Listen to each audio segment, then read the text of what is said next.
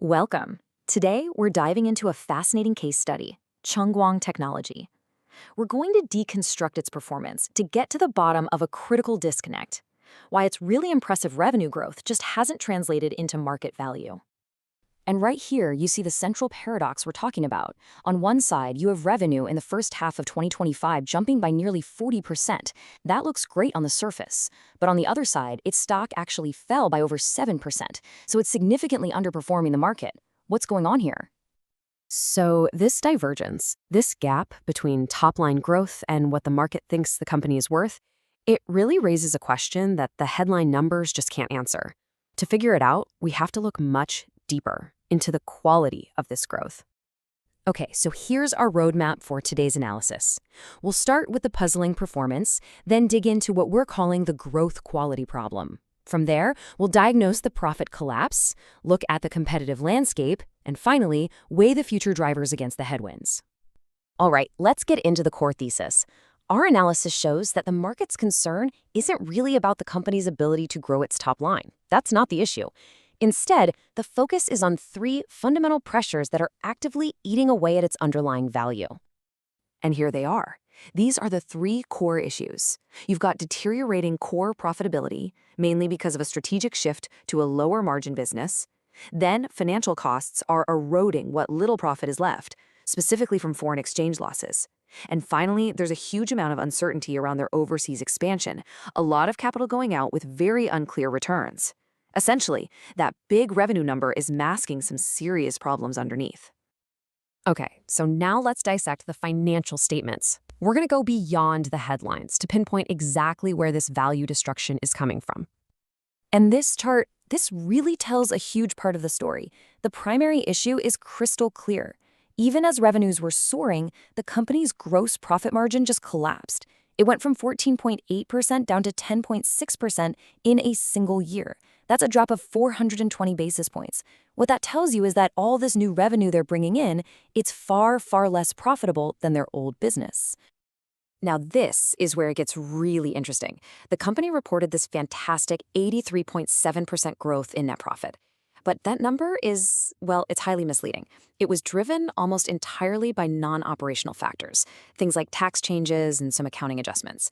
When you strip that away and look at the underlying reality, the actual pre-tax profit from their core business fell by over 18%, a completely different story. So to really grasp the long-term trend in how this company is creating, or in this case, destroying value, we can use a powerful tool, the DuPont analysis. This framework breaks down return on equity into its key components, giving us a much clearer view of what's driving performance. And the data here is, well, it's unequivocal. Take a look. While the company's asset efficiency, its turnover, and its financial leverage have been relatively stable, the net profit margin has just been crushed. It's collapsed from 5.1% all the way down to a mere 0.7% over just 3 years. And that collapse in profit margin is the single most important factor driving the destruction of shareholder value here. You see it right there in the return on equity, the ROE. It has absolutely plummeted from 9.3% to just 1.6%.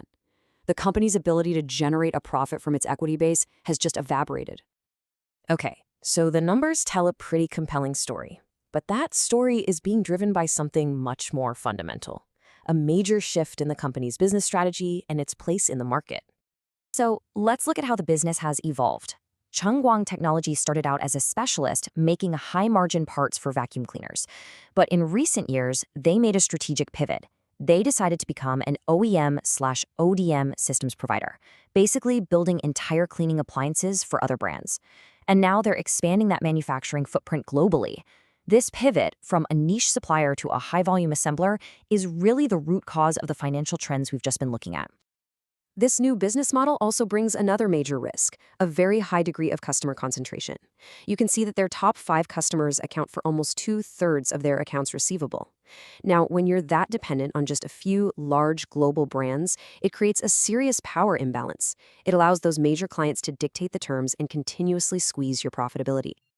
And this slide just starkly illustrates the economic reality of where they sit in the value chain. As a contract manufacturer, an OEM/ODM, Changguang is operating on a gross margin of about 10.6%. Now compare that to a brand owner in the very same industry, like Ecovacs. They command a margin close to 50%. It's a huge difference, and it really highlights just how little value is captured by the OEM model. All right, so looking ahead, it's essential that we weigh the potential positive catalysts against the pretty significant structural risks that the company's still facing. So, here's the path forward, and you can see it's a bit of a balancing act. On one hand, you have potential growth drivers. Things like domestic trade-in policies could boost sales, and their global production expansion could open up new markets.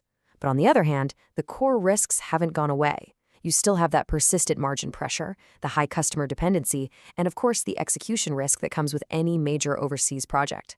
These remain formidable headwinds. And all of this really brings us to a fundamental question, one that applies to any business, really. What is the true price of growth? And does chasing revenue scale, just getting bigger for the sake of it, always align with the goal of creating genuine, sustainable shareholder value? This case study suggests the answer is not always yes.